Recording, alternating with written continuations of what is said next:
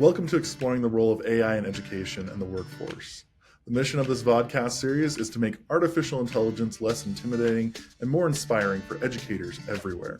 Whether you're just curious about what AI can do or already experimenting with what is in your classroom, this podcast is your space to explore, learn, and grow. Each episode features a two-part format. First, we'll sit down with industry experts to unpack a key aspect of AI, from infrastructure and ethics to creativity and integration. Then we'll bring it back to the classroom with a boots on the ground segment, real conversations with educators who are actively using AI with students. We'll bring you practical insights, honest dialogue, and real-world examples to help you think critically and creatively about the role of AI in teaching and learning.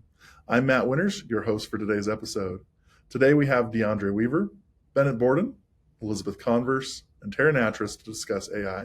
So let's dive in and discover how AI can empower educators and transform classrooms, one episode at a time.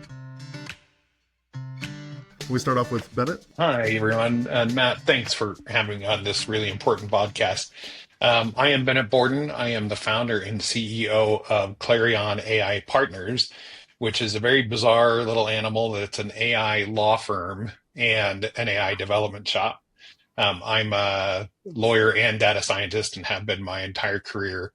And so especially working at the confluence of AI technology, public policy, and safety. And so delighted to be here, Matt. Fantastic. Thank you, Bennett, for being here. DeAndre, if you could introduce yourself. Thanks, Matt, for having me. My name is DeAndre Weaver. I'm the Vice President and Chief Powerful Learning Officer at Digital Promise Global. Digital Promise is a global nonprofit originally started under the federal government. In 2019, we branched out to do more global work. We sit at the intersection of research, practice, and technology. Prior to my time at Digital Promise, I was a school superintendent. So I was in the game doing the hard, fun, dirty work of ensuring that all kids are learning at their highest levels. I was assistant superintendent, high school principal in Chicago, and I was an English teacher. So really excited to be on the call today. Fantastic to have you here, DeAndre. Elizabeth, could you introduce yourself? Yeah, my name is Elizabeth Converse, and I'm the Director of Government Relations at School AI. We are a local Utah company that started about 2 years ago, and our goal is to utilize AI and AI tools to give time to teachers so that they can actually have more one-on-one interactions with their students. Awesome. Thank you so much. And Tara, please introduce yourself. Hey, everyone. I am Dr. Tara Natras, and I am a Chief Innovation Strategist for Education at Lenovo.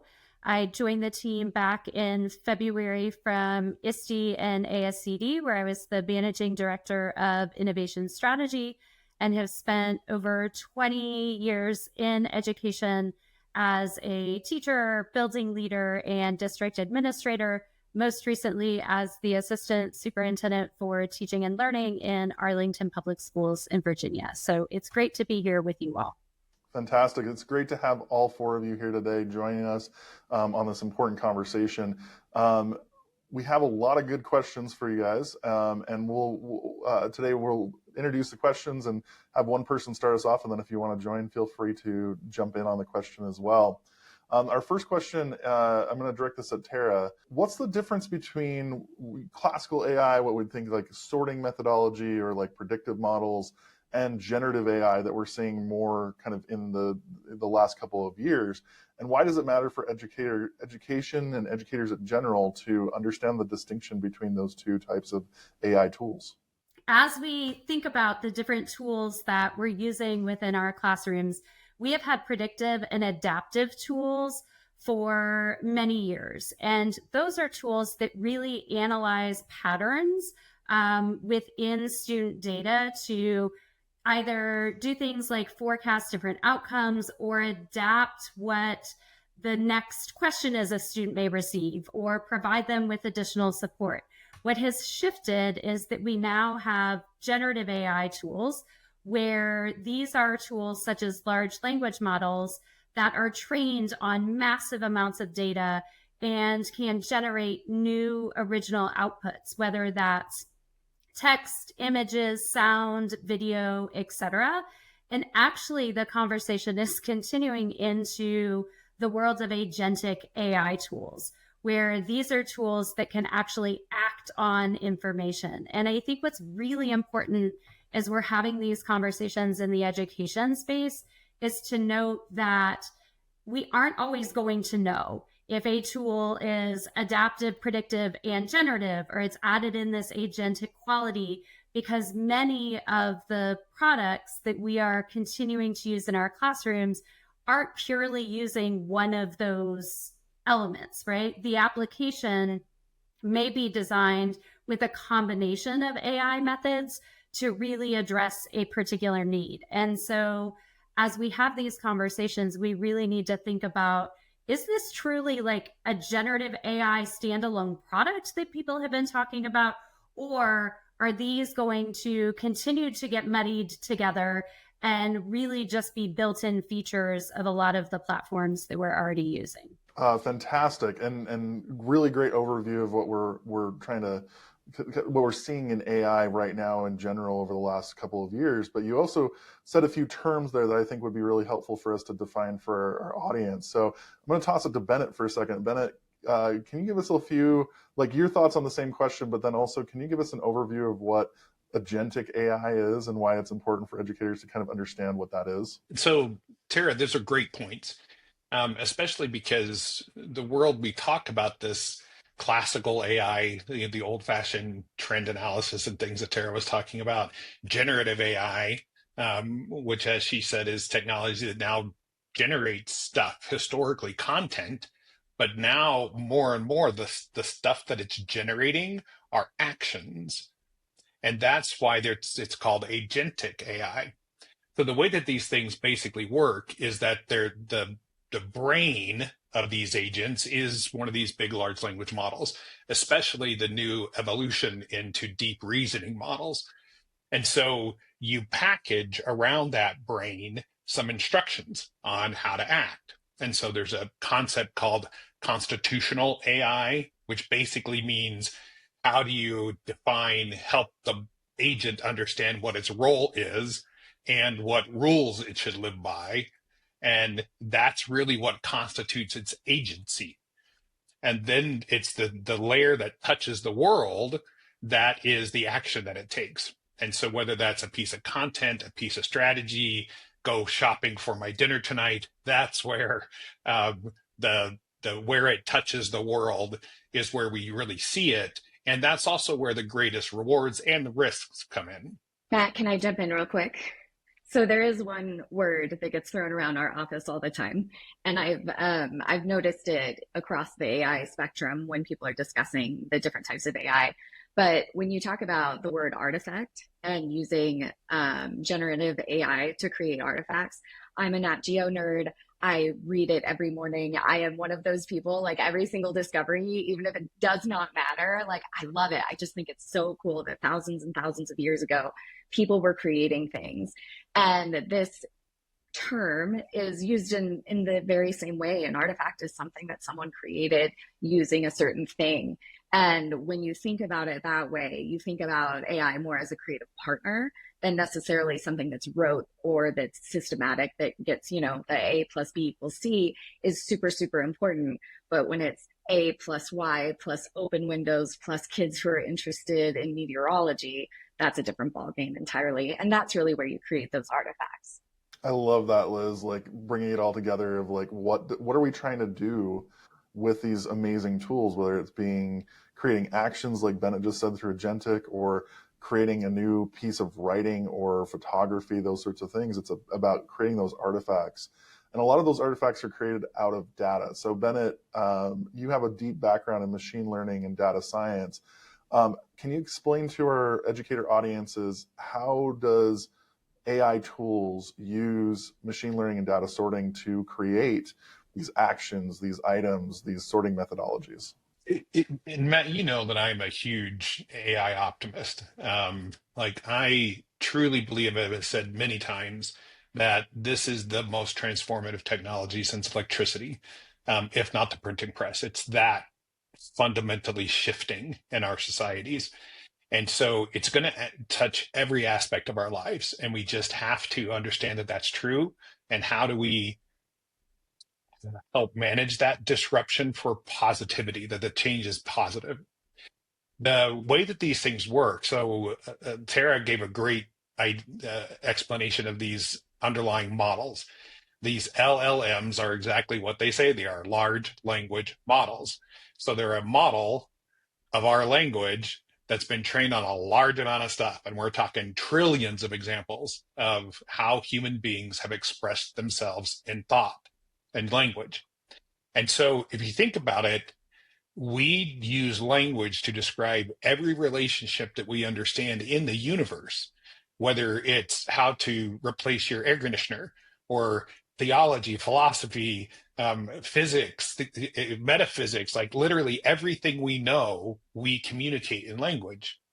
And so what's been brought into these large language models is literally the largest compendium of human knowledge ever assembled, but a bunch of other stuff too.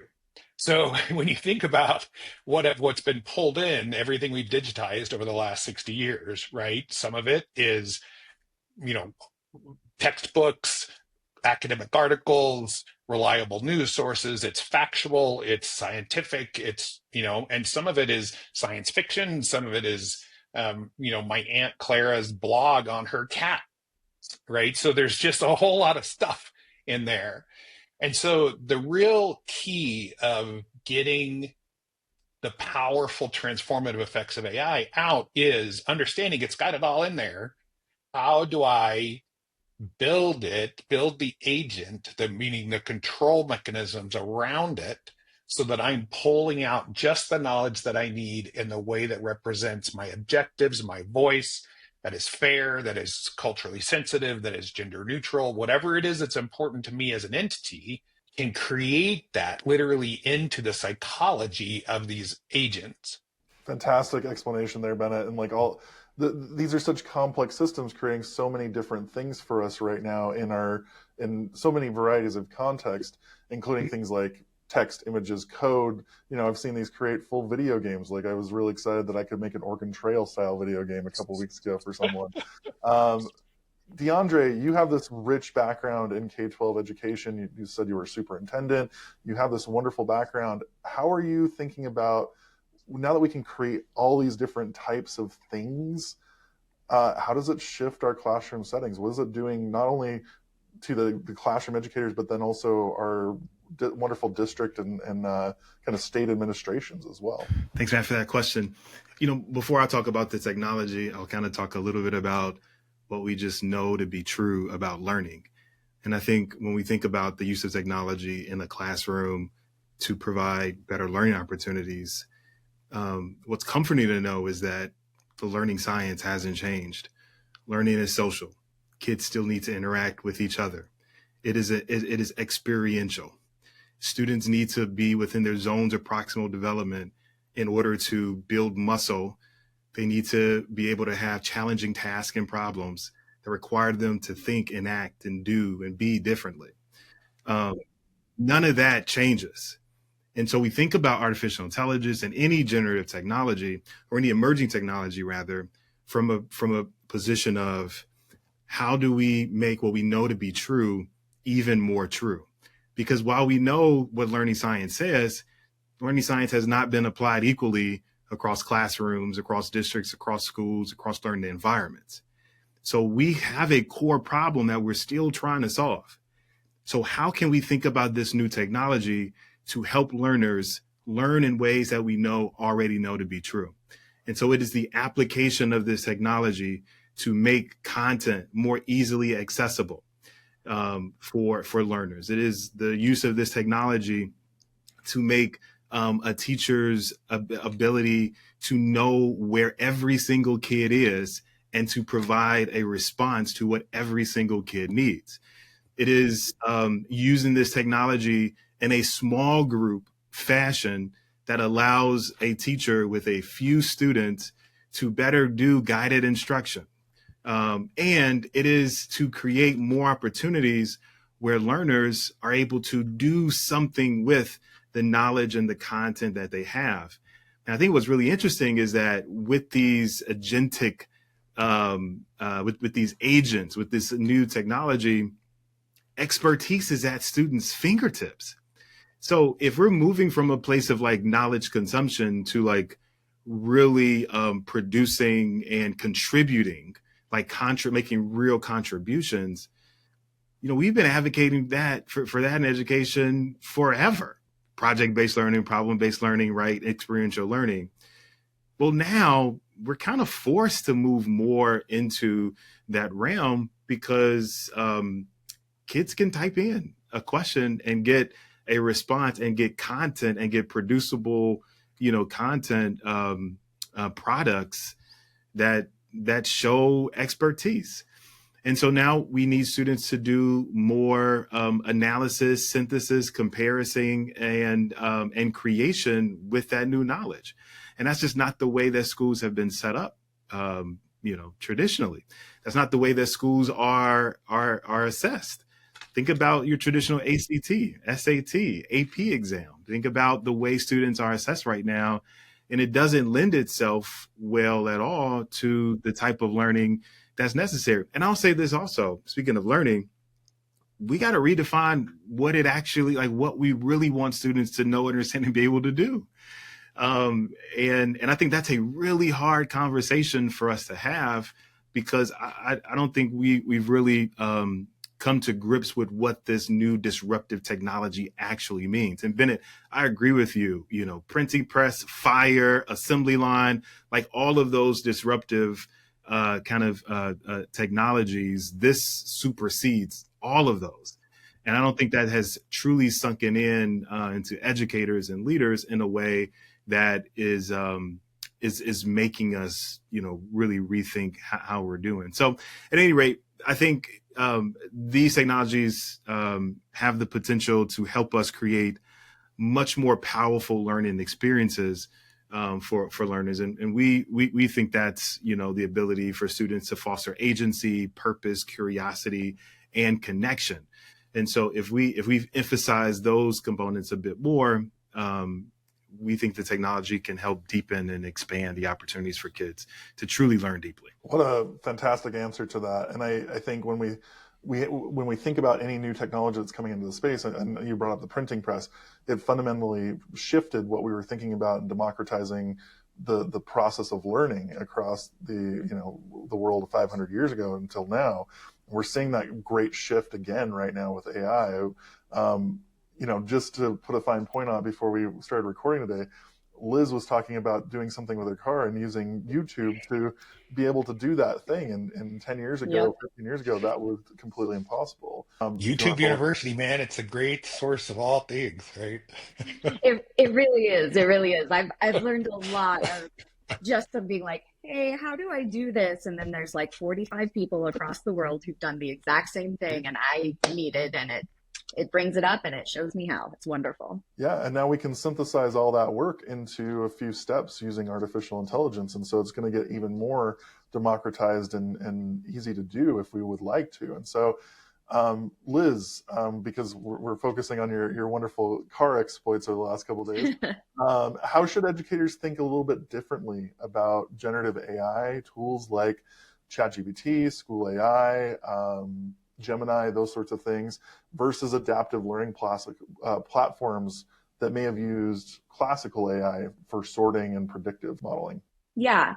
So classical AI is a really interesting tool, and it's really good at assessments that aren't necessarily like in the moment. It's really good at evaluating things. It's really good at building systems for one thing that is true and another thing that is true to continue to be true. So there's a lot of tracking and data and patterns in that. Generative AI it's so much bigger. It's so hard to kind of conceptualize it down because it is so transformational. I'll give you an example. So when I went through our orientation, shout out to Maureen, hopefully she doesn't kill me for bringing this out into the open. We were utilizing generative AI to interact as students with this concept of what was called a fluffernoodle. Now, it is not real. You do not need to worry. It is completely made up. But instead of asking us a bunch of quiz questions or asking us to identify like major points on a physical being, what it instead did is it asked us what we thought. It asked us how we thought about things. It probed us and prompted us to talk about, well, just from the way this creature looks, tell us what you think its evolutionary adaptations are. And that is a wild, wild way of getting kids to engage in a more productive and creative way, and a more positive way, because there is no failure when you're probing. There is failure on a yes or no, right? If there's only one answer, there is failure. There's no problem with that. But when you're talking about kids in classroom settings, often overcrowded classrooms, exhausted teachers, and they are still getting this like necessary pushes to think a little differently and to be a little bit more creative, and then to actually go back and interact with their educator, their teacher, because they have that time to do that. It's just a complete and total game changer. So classical AI absolutely has a role, but generative AI is just changing the world. And if you don't mind jumping in, Matt, on that, that is the perfect explanation of this. If you think, so I work with some of the world's largest companies, including very fortunate to work with many school systems, including here in Utah. And if you think about what teaching is, it is literally trying to convey a way of thinking into a child, right? So that critical thinking skills, how do they perceive the world? How do they criticize, right? Judge, analyze. Teaching is, by its very nature, a generative process, right? So teachers are literally communicating and generating information and getting information back about how that child has learned. What we tell teachers, and really a lot of the other kind of knowledge worker professions, is this is an incredible multiplicative effect. Meaning, so we tell everybody, think Iron Man, not the Terminator. Right. So many teachers, and higher ed, you think K through 12, higher ed is going through paroxysms right now with, do we do AI? Do we not do AI? Is it going to replace us? No, it's not. But if you think about what the Iron Man analogy is, a really smart person with years of experience whose capabilities are augmented and extended by being surrounded by enabling and multiplicative technology. And so it can actually tighten your relationship with kids, deeper understanding into things that they will say in a prompt or in an interaction. Like School AI is just this incredible piece of technology, like a few others of the educational AI tools, to provoke Socratic thought. What do you think about this? Right? And so we should not be afraid of AI in the classroom. It can completely transform the classroom, but doing it in a way that captures the decades of educational experience that our school systems have, and purposely building that into how we use AI, I think, is the critical point. I'd also say that it's really important when we're talking about generative AI to recognize that every single educator has created something in the course of their career, if not hundreds of thousands of things. And so utilizing generative AI also allows our educators to utilize resources that they didn't have access to, whether it's the person who teaches in the classroom next to them, or if it's a person across the world. It does not matter. They now have that expertise at their fingertips, and it can change the game. It can change not only the way they're teaching, but it can honestly upgrade some of the content that they're teaching too, because they've just never thought about it from a different perspective. And generative AI can provide them that, and then give them tools and ideas to move forward with their classroom. You know, Elizabeth, in working with a team of teachers recently, and was introducing them to some of the generative AI tools. And, you know, one of them was a super experienced teacher, very much entrenched in project-based learning, STEM, etc. And he voiced his frustration with these tools and said, they aren't giving me what I need from a pedagogical standpoint when I'm trying to do things that might be interdisciplinary or others. And then there was another teacher who was incredibly skeptical about bringing AI into the classroom at all. And she said, and this was by her definition, not mine, I'm a very traditional teacher. I follow the textbook step by step by step, And I know like my kids aren't talking enough. They're not engaging with one another to the degree that they need to. And so she started using some generative AI tools to go in and get some ideas about what that might look like. And so she was going in and prompting and saying, give me an example of how I might add more student conversation into this lesson. And so while it's not a significant transformative thing that we're all talking about with these tools, it is an example of a teacher who maybe otherwise has 25 students in front of her who are not speaking during that 50 minutes, now engaged in some interactive conversations and things, right?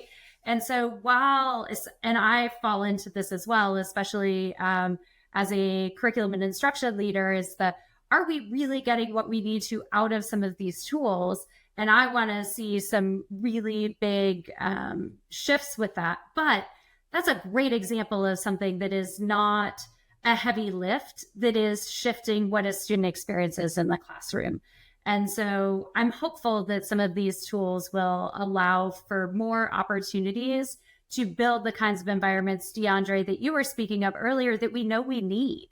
Like, we now have the opportunity to do things that weren't possible before around competency-based learning, around PBL, around truly personalized experiences where kids not only have distinctive pathways, but they also have opportunities to engage with one another in different ways. That was great, Tara. With all of that said, I think educators are starting to see, hopefully they're starting to hear and see on this conversation, the power of generative AI, of AI in general, and how it's having a great influence and potentiality on education, particularly in the coming years.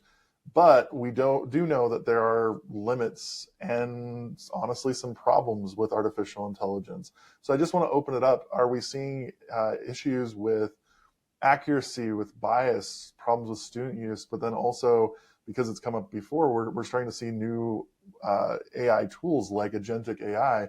Are we seeing some issues with those over the next 6 to 8 months or even longer? Yeah, Matt, beautiful question. And this is really where I spend most of my life, right? Is in how do you get the right stuff out of these AI systems and prevent the harmful stuff?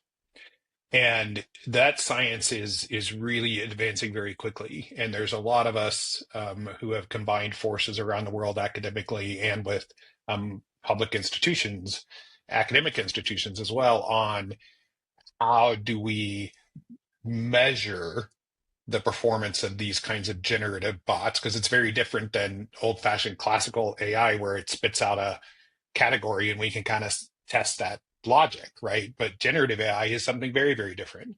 And so even the techniques on how to test for that are being developed, but being developed well, and are being built into some of the better tools we see out there.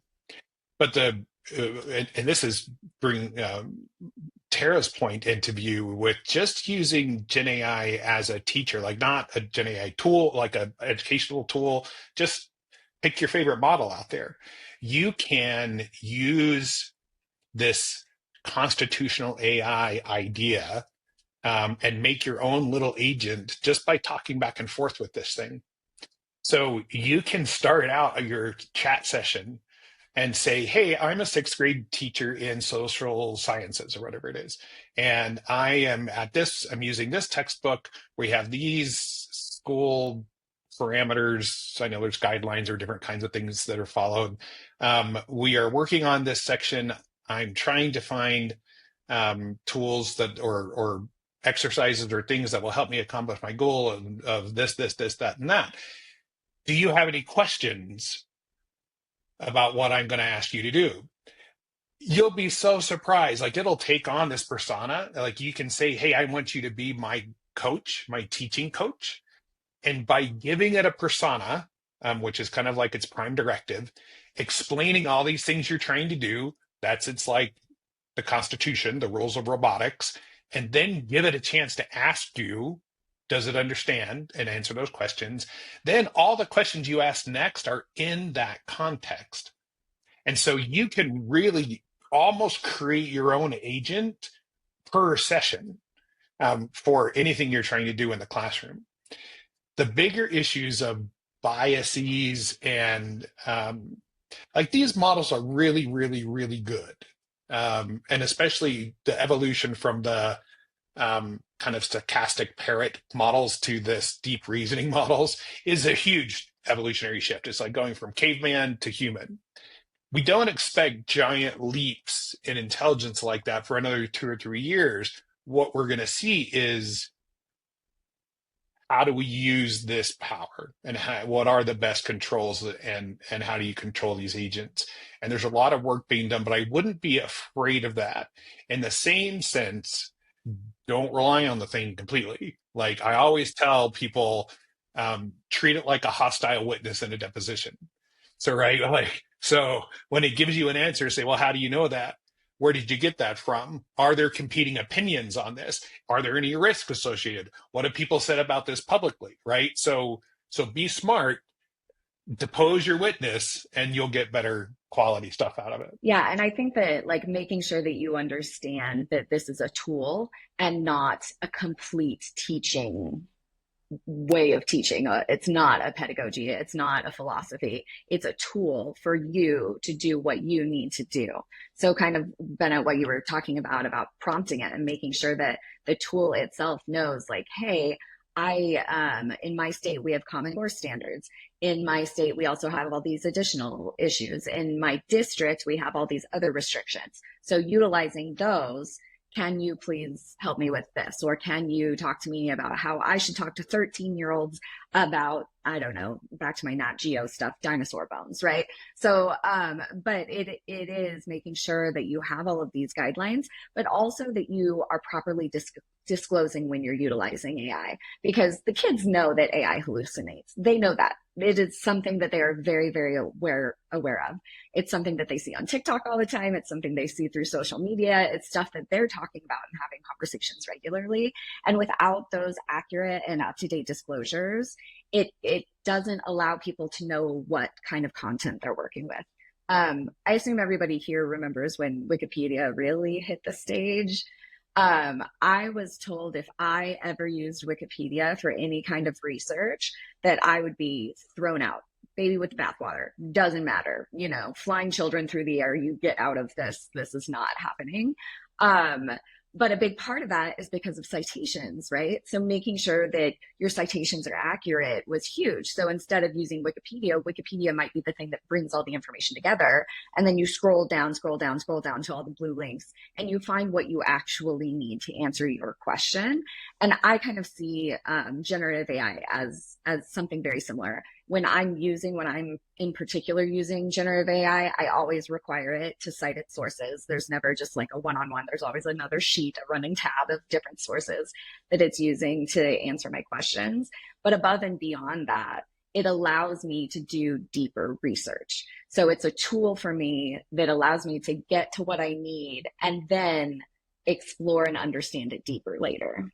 I'll add here, this technology requires educators to be even more critical about the content, about the products of this output, because just because it generates an output doesn't mean that output is accurate, even if it cites a source.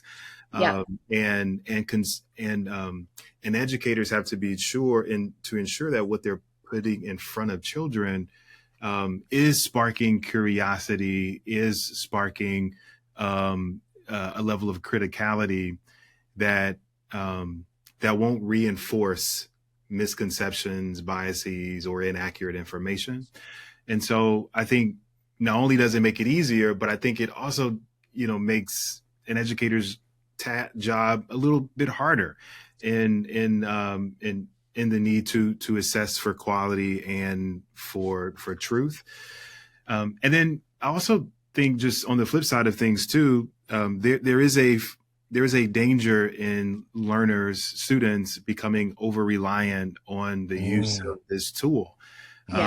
Whereas learners are not actively building the muscles in their brains and the habits for them to be critical consumers, let alone creators. But we don't want to rid students of the opportunity to learn how to be creative either. And this tool can do that very easily. I mean, the number of studies now of students that are just like overly consumed with ChatGPT, wake up in the morning, using these tools as if they are human. I mean, that stuff is scary. And so introducing these tools in the classroom, if we're not using them in very specific and concrete ways, if we just let learners do whatever they want to do with them, if we're not critically evaluating the content, we do run the risk of creating a generation of people that are over reliant on information that is in itself, in some regards, deeply flawed. Absolutely. Beautiful. Oh, sorry, Liz. It's a No, go for it. beautiful point. Because so I've worked in kind of social media, online algorithms and things for a decade. And not on purpose, but one of the causes of social media is this loneliness epidemic and this lack of real connection between kids. Well, now the technology has almost flipped where we have this incredibly compassionate, friendly, right? There's an agent in my pocket that I can talk to and share my hopes and dreams, and right. And we're seeing that's not necessarily good either, right? It's helping on some mental health indices, but we need to make sure to use one, to your point, Dondre, this is a tool to help students critically think and ponder and do the hard work, exercise the muscle, like you said, right? And it can help actually create better connection if we're very purposeful about that. But if not, all you're doing is, well, one of the side effects will be that they now have this even more precious little thing in their pocket that they form a false connection with. Tamagotchis. Does anyone remember Tamagotchis? Like, come on, man. I had 3 and I killed every single one of them until I just gave up. But no, you're right. Like, and that it's like, it can be a constant companion if your kid has access. But I also think that's the difference between AI consumption and AI creation, right? So you're using it as a partner, or you're using it as something that's telling you something. And as a person who has a kiddo, who has a phone, who watches YouTube Shorts, because we took TikTok off of his phone, and it's the same thing for those of you who don't know YouTube Shorts. Yeah, but it is this amazing thing to watch my kid, and if I let him stare at a screen for 4 hours, and that's consuming. He's not thinking about those 30-second clips. He's not engaging with it. But when you're using the actual creative generation, when you're working in a school, because there's no way that any educator is going to sit there and let those kids just, read and read and read and read and read without actually interacting with the content. But it is depends on the day. It could be that's what I was more than you think. When that TV rolled into your classroom, that's and right. you're like, on a Wednesday. Yeah, exactly. But that is one of those tools. It's the difference between consumption and creation, and you have to know the difference, and you have to be AI literate to get to that place as well. A couple of things with this. One, a lot of the conversation around AI has been around efficiency and tools. And I think we need to shift that conversation to really be one around digital citizenship, right? And what does this look like from a digital citizenship lens, whether we're talking deepfakes, whether we're talking misinformation and disinformation, whether we are talking about academic integrity and multiple other things. All of this really forces us to be much more mindful of how we're talking about and engaging around digital citizenship. And the other piece to that is really how we're engaging in conversations around AI literacy, because we can teach our students a lot of the things that they need to know around the technical knowledge of AI, the durable skills, their future ready attitudes and things without ever putting them on a tool. This is not necessarily about bringing tools into classrooms. It's about helping them understand what are the key components when we are engaging with, creating with, moving from consumption to creation, while critically evaluating the benefits and the risks and the ethical implications. And I think one of the challenges to all this, Matt, to go back to your original question, is how do we navigate that, right? Like, teachers are doing a lot of things. AI is not necessarily the thing that they are spending their time engaging in, and it's new and different and complex. And we need to be able to have the conversations around, what does it mean when we're teaching with AI to help you with your tasks? What does it mean when we're teaching with AI to help strengthen learner outcomes, as we've talked about quite a bit today? And what does it mean when we're teaching about AI to build AI literacy? And many of those things are really about how we are engaging in our classrooms, not about specific tools. And so how we build knowledge in offline activities and how we engage with our students in understanding the ethical implications. There's a school district in Ohio who has built an AI course, and they made it their social studies course. And it is a social studies current events course. And the entire course is focused on ethics, what's happening in the world around AI and debate. And it's not at all a technical course. So I think some of the challenges are really around, how do we shift that conversation into something that's a bit more comprehensive?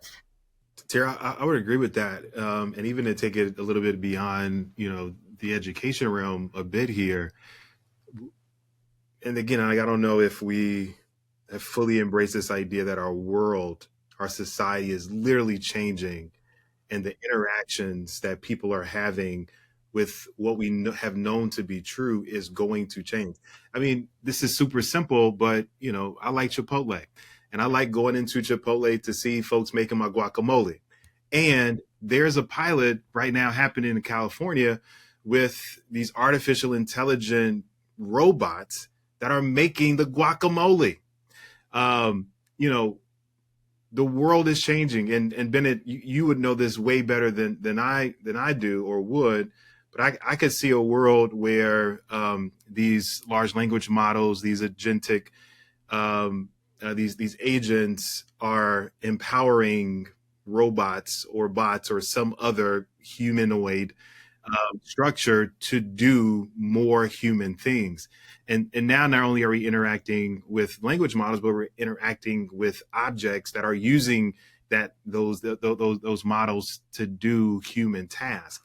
That's a very different world. And so, I'm thinking about when motorized vehicles came to be, and we made the transition from horse and buggy. And there was a relearning of how to use this new technology.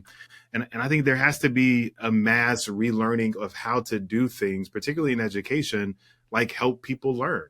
And what does that mean in this day and age now, when we do have this incredible technology and expertise that is literally changing our world? And so how do we think about re-educating our educators? What does it mean to be a principal and a superintendent now? What does it actually mean to be a teacher? Asking and answering these questions feel really important right now. I would also say that professional development is absolutely necessary. If you hand an educator a fish and tell them to use it, and it's flopping around in their hands, and they don't know what you want them to do with the fish, like it's really hard for that educator to then use this floppy fish, right?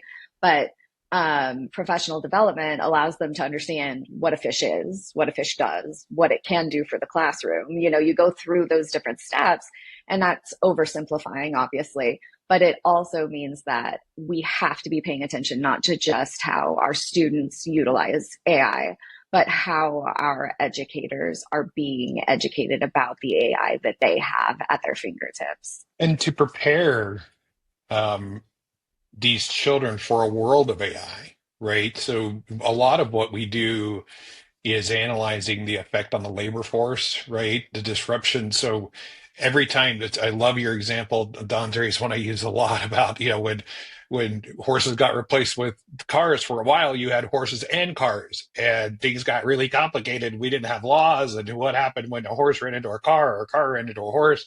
We didn't have stop signs or road, like all of that developed because of the technology. And there was same with the second industrial revolution, right? The relationship between capital and labor and all of the labor laws and all the gangs of New York, all that stuff happened because of this new motive of technology, that we could do stuff that humans could only do before. That's where we're at now. But the implications are, this is the first technological revolution in history that applies mainly to the knowledge worker class, not the motive worker class, where things are kinetic and movement. This is knowledge and intelligence and years of experience that can be accessible in the blink of an eye. That is a very different world that we need to prepare our children for. And I think that's a part of this AI education. And I think that's so important, like putting this all together for our educators who are listening or watching this, is educators are the lifeblood of a community. And really these conversations around how AI is being discussed and operationalized need to happen at a local level. Every community is a little bit different. Every community operates a little bit differently. The students operate differently, and the teacher's the expert on that community, whether it be their classroom or the larger community at large. So whether it's a conversation about how it's shifting administrators or classrooms, whether it's professional learning and what is needed there, or really working through and thinking, what are the pathways for my students to get into the larger community and workforce? We have to have that at the local level. And so I think I would encourage all of our teachers, if you're thinking, wow, where do I start with all of this? Start at the local level. Talk to your fellow teachers in your building, start developing yourself, and start moving forward. With that in mind, to kind of wrap up today, I'd like to go around the horn, starting with Tara. What's one thing that you wish every educator knew about how AI is shaping and will continue to shape education, and what that means for our larger educational ecosystem? I think about a couple of things. One, I have been hopeful that we will redefine and reinvent what classrooms look like, where we have much more flexible and adaptable learning, where we have opportunities for students to engage in competency-based experiences while not losing a lot of the opportunities to collaborate with one another. I also think that means we are going to see, and DeAndre, you brought this up earlier, opportunities where we really hone in on the skills and attitudes our students need. What does collaboration, creativity, communication look like in a world where AI exists? And I think we're in a place where we may not have to establish the why those things need to change as much as we did even 10 years ago. But one of my hopes as we think about AI, and what I'm hoping that teachers realize, is that we can do so much more now that wasn't possible before. And a specific example around that really has to do with accessibility and inclusivity. And there are tools that are out there that now allow for increasing access to content in ways that was never possible before. Whether you want to do a screen recording of something that you are teaching and then change caption size and change background and add in a transcript for students who need it, or strengthening communication with different AI tools where I can control aspects of my device using head movements or voice controls that weren't possible before. And using tools like that to really ensure that every child truly has access to not only the curriculum, but to really awesome learning experiences. And because of those technologies, we can do things that we just couldn't even imagine 3 years ago that we can do now. So the reinvention of classrooms, right? It really shifting. We can be so much more flexible and adaptable in what school looks like. And then specifically that accessibility piece to make sure that all of our students are really engaged in their learning in ways that weren't possible before. Love it. Bennett, please.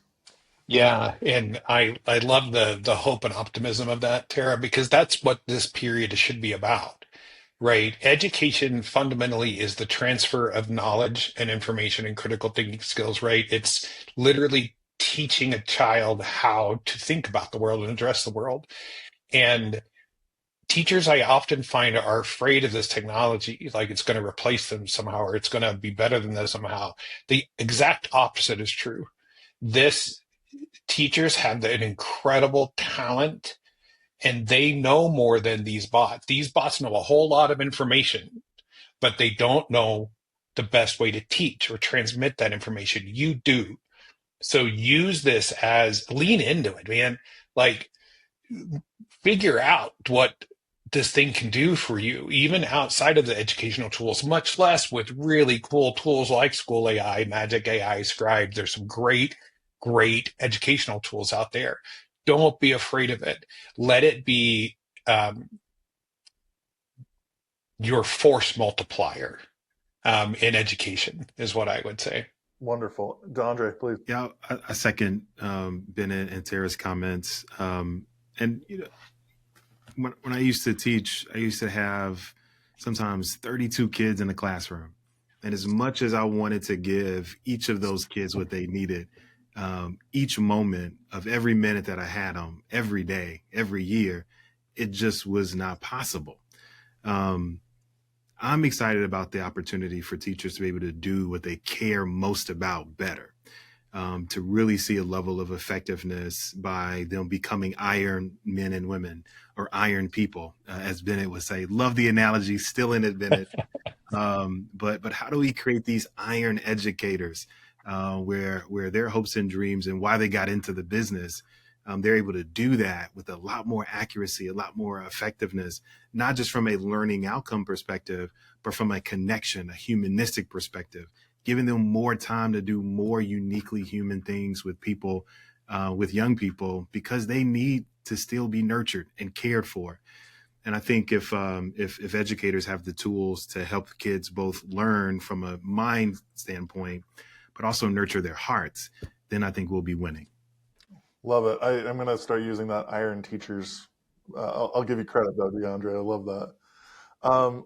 Elizabeth, please give us the last word. Yeah, so Matt has heard this story before, so now all of you get to hear this story. There's a kid who's in a classroom, and he's a teenager, and he has a stutter, and if his teacher calls on him, he can't get through a sentence. But if there's a kid in the classroom who's a teenager who has a stutter, and the teacher can see the positive interactions that that kid is having with the content, and can then ask that kid, hey, can you share this great response that you had with the class? That gives a kid with a stutter a new favorite teacher. It gives that kid with a stutter the positivity and the engagement that they need to confidently explain to their peers exactly what they're thinking about a topic. It is wild how quickly and how effectively these kinds of tools can help the classroom to give back time, to have more positive engagement, to be able to see like which one of those 32 kids 7 periods a day is actually in need versus which of these kids are doing exactly the same thing that they've been doing. You don't always know. And it shouldn't be up to you to decipher 250 kids and exactly what they're going through. But it should be up to our teachers to guide growth. And that, I think, is what generative AI gives back to the classroom. Absolutely love that. And I think that's a great way to kind of think through all of this. Is I always think about how we can move teachers from productivity to creativity to accessibility, and get them to bring in generative AI in a way that meets the needs of all their students and gets them. I love that, Elizabeth, they have a new favorite teacher. And I think that's what Gen AI can really bring to our table. Thank you so much for our panelists today, your time and your thoughts here. We'll have in our show notes all of the information about how to contact, but also some wonderful resources about the different projects they're working on, and links to that as well. But thank you again for your time today. Thank you. Thanks for having us. Thanks so much for having us. Now that we've heard from the experts, it's time to take it to the classroom. This is our Boots on the Ground segment, where we talk with real educators doing real work with AI right alongside their students. For today's episode, we'll be talking with 2 educators who will co-host the rest of the episodes in this podcast series. Welcome, Georgia Terlahi and Jessica Pack. Thank you. Hey, Matt. Glad to be here. So excited to have you guys. Can you briefly introduce yourselves and explain the educational context in which you work? Georgia Sherlahi. I've been an educator for over 36 years, and that's long enough to say, without exaggeration, I started teaching before the internet showed up in our classrooms. And back then, wireless meant you ran out of chalk, and the only clouds that we talked about were in the sky during recess duty. Now that's all changed. Over the years, I've worn many hats. I've been an elementary classroom teacher, an instructional coach, a professional development leader, consultant. And now I'm getting to co-host a podcast with my favorite partner in crime, Jessica. We co-host the It's the Edge. And now we get to co-host Exploring the Role of AI in Education in the Workplace. And I feel like I've come full circle from no internet to AI. Yeah, that's super awesome. I'm so excited to be able to jump in. I'm Jessica Pack. This is my 21st year in a middle school classroom, which I'm very excited about. And I'm an education author. My book is called Movie Making in the Classroom, Lifting Student Voices Through Digital Storytelling. I'm a former California Teacher of the Year and an Adobe Innovator. And as I'm exploring using student-facing AI tools with my kiddos, I am definitely excited to be able to speak with so many incredible people and learn more myself as a professional. That's fantastic. So you guys are going to be hosting the rest of this, and we probably should get a little bit of background about how you use artificial intelligence. How has the rise of AI, the changes that we're seeing, not just in education, but across the globe, affected your instructional practice and what you've been doing with your students? Well, I think for myself, I first started out with, because I always like all the fun and new things. It's like, oh, look at this. Let's try this. And then have come to realize through lots of conversations with the both of you and ITSD and all those things that we need to be more mindful of it. But I've really found it so helpful in the areas of differentiation. Just makes that such an easier task for a teacher to reach everyone. So we've been doing more with differentiation. I'm using AI as a creative partner for projects and kind of as, a thought partner with kids and with other teachers. And so that's been really fun pathway to explore. And I'm really excited for this whole podcast series because I'm learning more about all the other important things that I maybe wasn't paying attention to when I was too busy looking at all the fun stuff. For me, as an educator, AI falls into two different categories. So I have tools and practices for myself as the professional who wants a thought partner to better address student needs.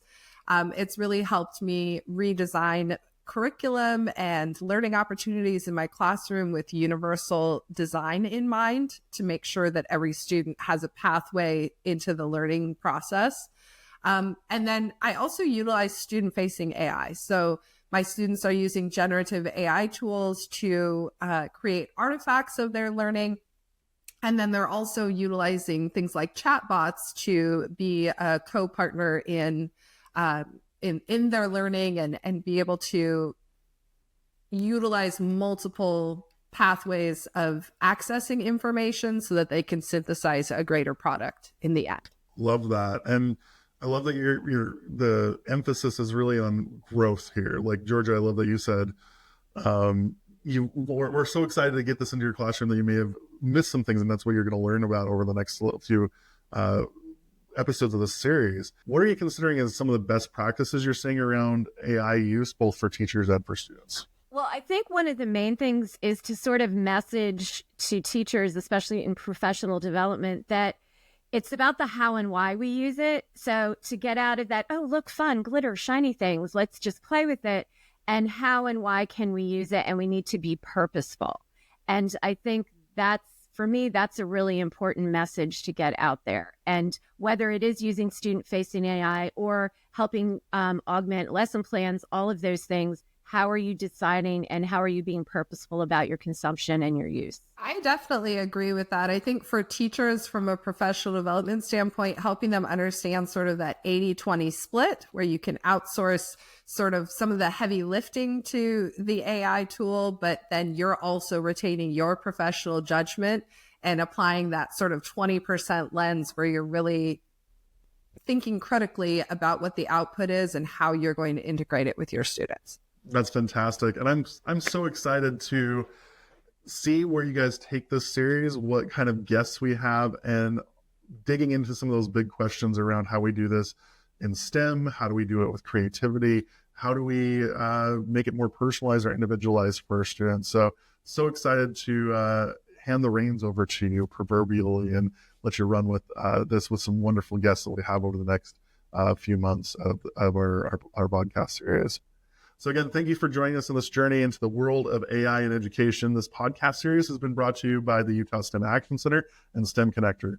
If today's conversation sparked ideas, questions, or curiosity, we've got more for you. Head over to our podcast portal for extended learning at aistemcast.com. You'll find curated resources, classroom-ready tools, and ways to dive deeper into each episode's topic. We're building a community of educators who are ready to explore what's possible in AI, and we'd love for you to be a part of it. Until next time, keep learning, stay curious, and don't be afraid to dive into something new.